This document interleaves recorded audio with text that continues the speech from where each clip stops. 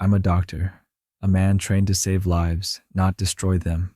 And yet, I've spent the last year watching one man slowly fall apart, not with poison or violence, but with silence. Controlled silence. His name is Evan, a former patient.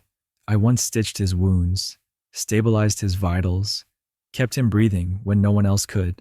Back then, I thought he was just another broken man, in the wrong place, at the wrong time. What I didn't know was that saving him would cost me the one person I loved most in this world, my wife, Amelia. She died in what the police called a freak accident, a slip down the stairs, head trauma, no evidence of foul play. But I knew my wife. She didn't just fall, and she certainly wouldn't have called him minutes before she died, unless something was wrong.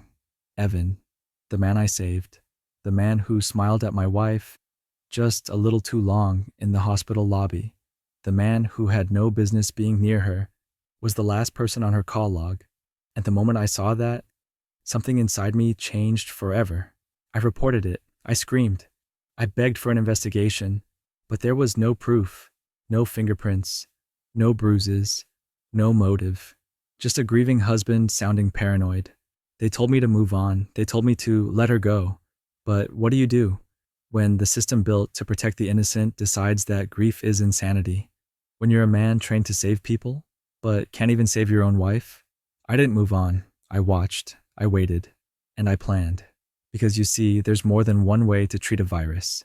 And Evan was about to receive a very special prescription. And the final dose, that one will leave you speechless. The first time I met Evan, he was barely conscious, wheeled into the trauma bay with 3 cracked ribs, internal bleeding, and a fractured jaw. A bar fight, the report said. No ID, no insurance. But none of that mattered to me. He was a human life, and I swore an oath. I stabilized him, operated twice, and after 6 days in the ICU, he woke up and thanked me with tears in his eyes. I owe you my life, Doc, he said. Whatever happens next, I won't forget. I believed him. Back then, I still believed in things like redemption, in second chances. Maybe I even saw a reflection of my younger self in him. Broken, misdirected, desperate to be seen. I didn't know where he came from, or why he didn't have any emergency contacts, but something in his voice sounded real, honest. I kept his case off the books. I pulled a few strings so he wouldn't end up on the street. I even gave him a list of counselors who could help him get his life back on track. For months, I heard nothing, and then he reappeared. I was walking with Amelia through the hospital parking lot. She was holding my arm, laughing about something small, something trivial and happy. That's when I saw him leaning against a wall, just watching. Evan. Same calm stare, same crooked smile. He nodded at me as if nothing had passed between us, but his eyes lingered on her, a second too long. At first, I told myself I was overthinking it, that he was just being grateful, maybe even shy. But then Amelia mentioned him over dinner. There's this man who stopped by the clinic today, she said. He said he knew you. Evan? I froze. He was kind, a bit strange.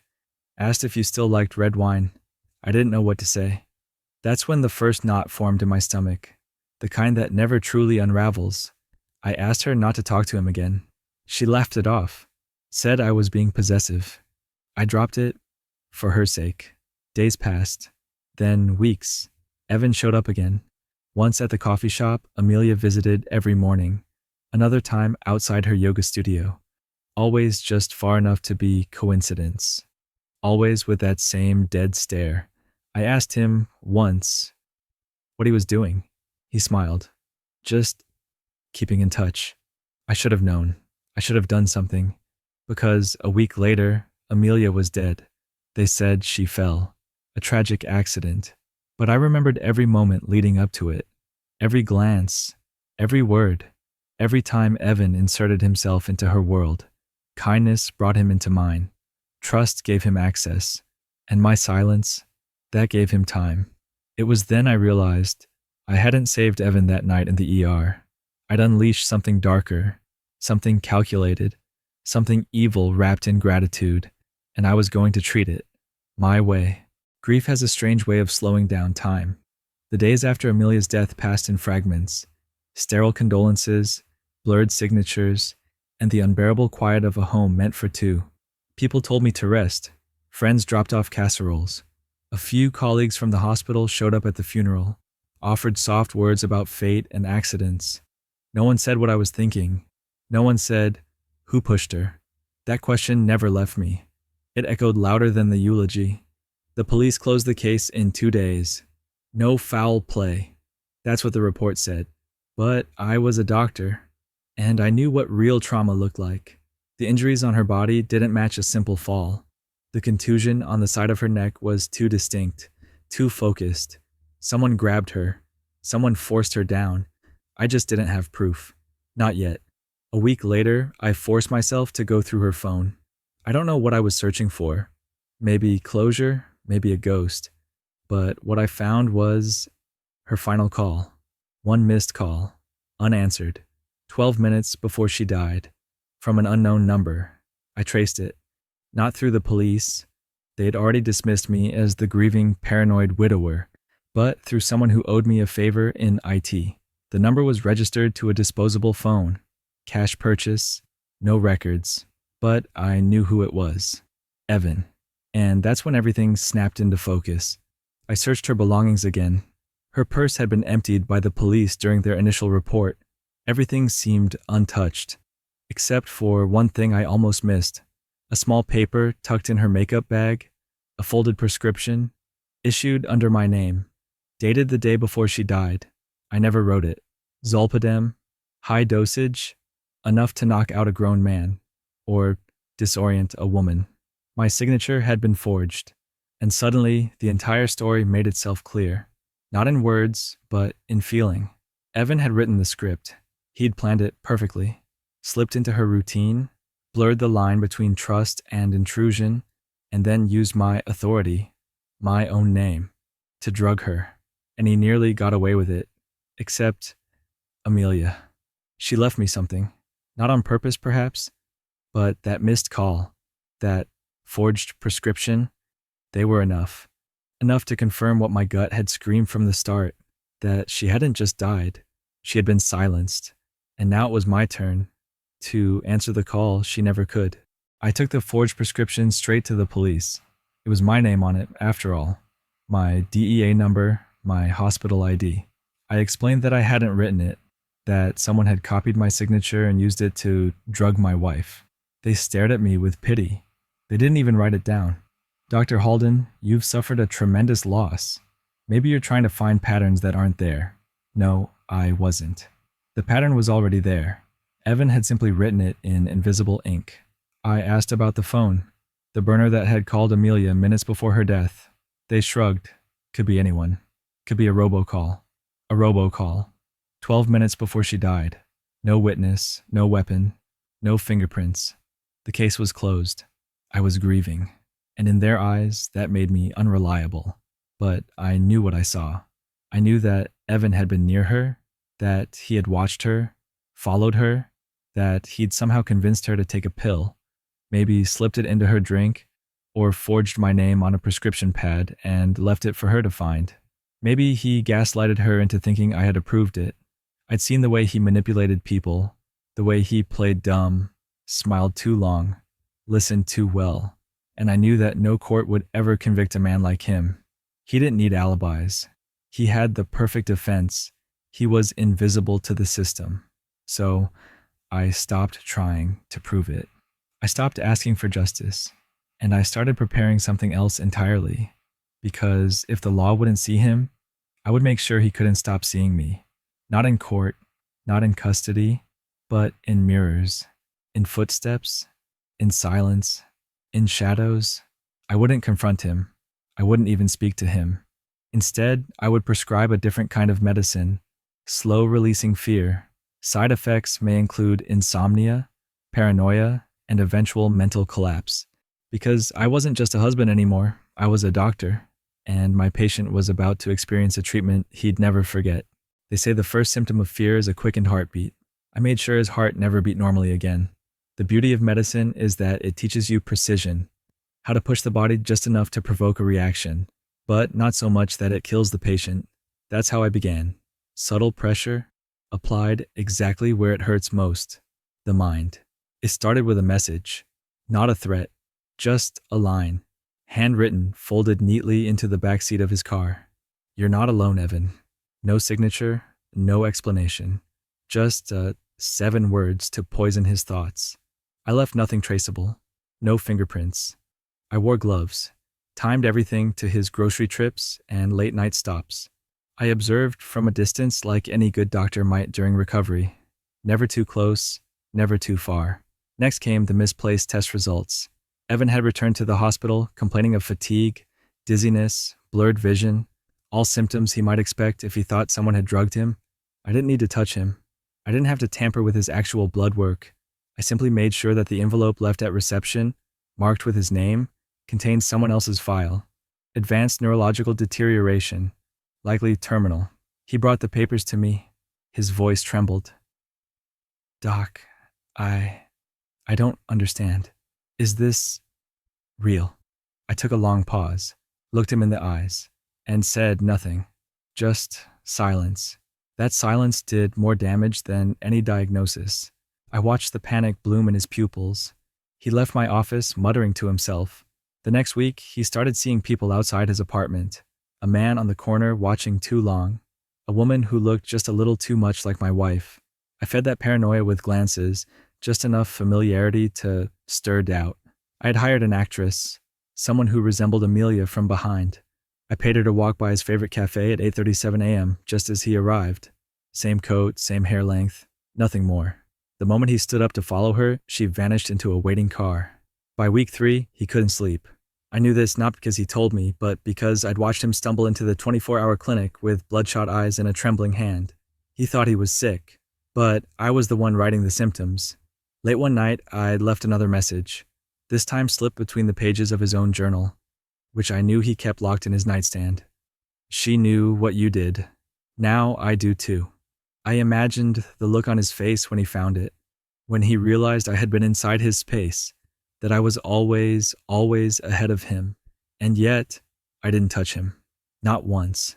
I never laid a hand, never threatened him, never even said a word that could be used against me.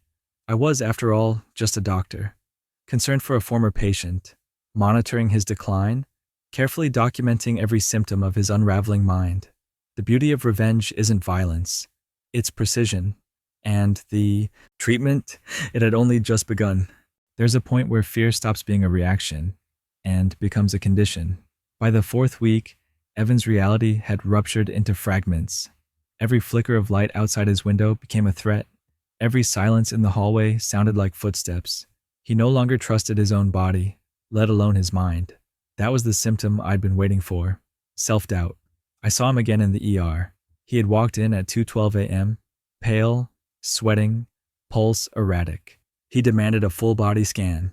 He claimed something was wrong with his nervous system, that he couldn't feel his fingertips, that his heartbeat was lagging behind his breath. The resident on duty had no clue what to do with him. I did. I entered the room slowly. "Evan," I said gently, as if I hadn't seen him unraveling over the past month. "What's going on?" He stared at me, his eyes wide, glassy, half certain I was real. "I think I'm dying," he whispered. I sat down, wrote nothing, said nothing, just looked at him, the way a surgeon looks at a tumor right before removal. Then I replied, "Let's keep that between us. No diagnosis, no clarity, just a single line, vague and lethal." It wasn't long before he began to spiral. He checked himself into a private neurology clinic 3 days later. I made sure the files transferred incorrectly. Slight discrepancies in blood types, MRI scans that looked off. Nothing illegal, nothing permanent, but enough to keep him guessing. Meanwhile, the actress I hired, the one who looked like Amelia, began making more appearances. I never asked her to approach him. She didn't need to. She simply sat 2 rows behind him in the movie theater, walked past him in the hospital lobby, let the scent of my wife's perfume linger just long enough to stay with him for hours. He told the psychiatrist that he was being haunted, that someone, or something, was watching him, that his dead doctor's wife was appearing everywhere. I think she knows, he confessed. The psychiatrist documented it as delusional grief disorder. I documented it as progress.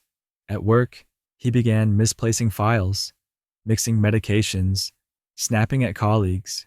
He quit one of his jobs, cut off friends, tried to move cities. I let him go. For 2 weeks, I didn't leave a single message. No shadow, no notes. And just when he started to feel safe again, I mailed him a copy of the forged prescription. Just the paper. Nothing else. No return address. No fingerprints. Just his crime. Sent back to him like a death certificate. That night, he collapsed in the waiting room of a clinic and screamed into the void. It was me. I did it. Are you happy now? They sedated him. He spent the night under psychiatric observation. But I wasn't done. Because illness is never cured with just one dose. In Evan's condition, it was chronic. Grief is cruel, but memory is crueler. Especially when you feed it just enough to feel real. And just enough to break you. I knew the exact moment Evan stopped believing he was sick and started believing he was being haunted. It was subtle at first. He told a nurse that he'd seen a woman outside his apartment building. Long coat, dark hair, same build, same posture, same eyes. She looked just like her, he whispered, just like Amelia. The nurse thought he was hallucinating. I knew better, because I had put her there. Her name was Lana, a stage actress, hired through a contact of mine from the medical board's theater fundraiser last fall. Her resemblance to Amelia was uncanny, but it wasn't enough for her to look like my wife. She had to feel like her. So I trained her. I showed her how Amelia used to tuck her hair behind her ear when she was nervous, how she always wore her wedding band on a chain around her neck during shifts, how her perfume, that soft, clean citrus, lingered in every room she left. Lana rehearsed, studied her photos, mimicked her gait. Then we let her loose. It started at Evan's grocery store. She reached for a bottle of red wine, Amelia's favorite, just as he turned the corner. Their eyes met. She held the stare a beat too long, then walked away. The second encounter was outside his new apartment, a city away from where everything began. Lana passed by on a morning jog. She didn't say a word. She just ran past him, slow enough for her necklace to catch the sun, just enough for him to see the ring. Evan didn't move for a full minute. He began keeping his curtains closed. He avoided public places, and yet he couldn't escape her, because she wasn't a ghost. She was guilt, and guilt is portable. The final act came on a rainy Thursday, outside a clinic. Lana sat on a bench across the street, facing away. Evan stood frozen on the curb, soaked, breathless.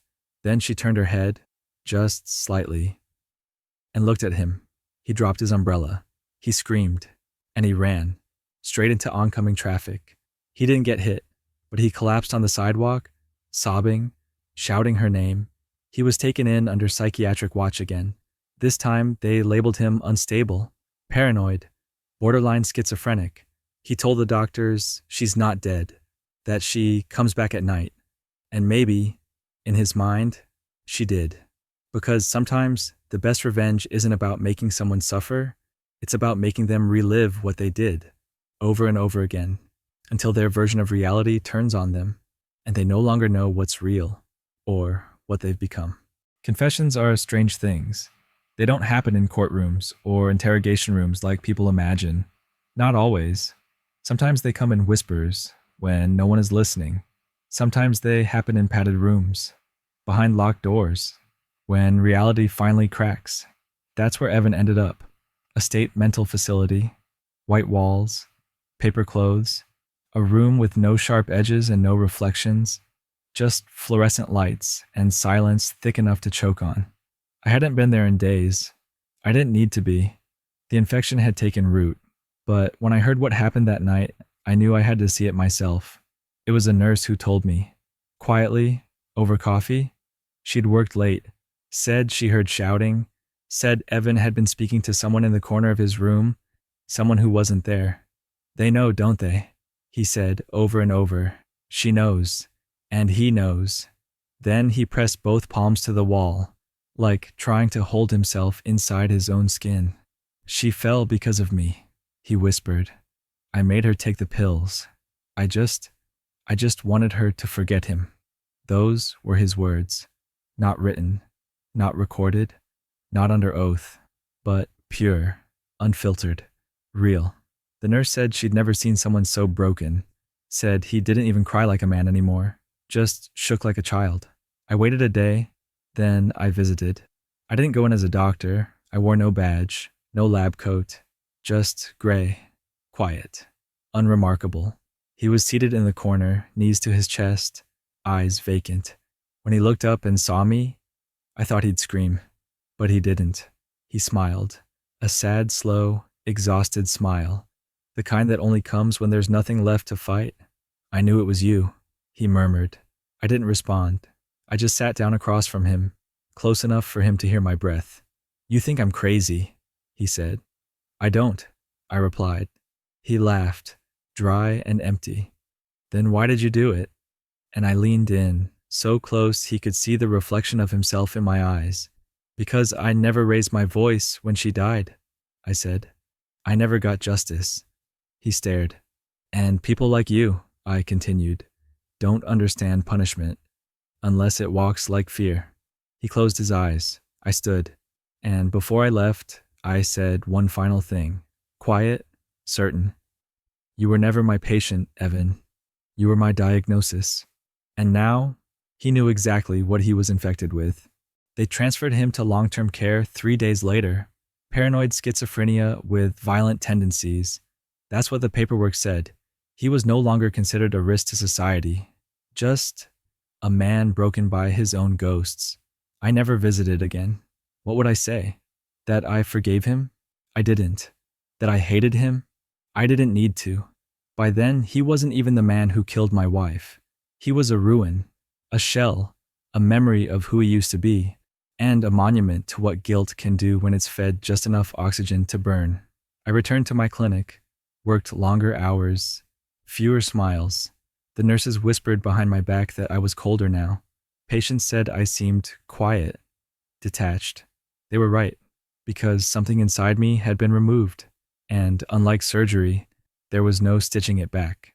Justice had come, not in sirens or headlines, but in silence, in shadows, in the slow descent of a man who thought he got away with murder, until he met a doctor who knew how to let the rot grow from the inside out. One of my residents asked me recently, what do you do when a patient can't be cured? I didn't hesitate. You make sure they never hurt anyone else again. He didn't understand it the way I meant it. Maybe one day he will. I never prescribed twice. Evan got his full dosage, not in pills, but in fear. And fear has no antidote.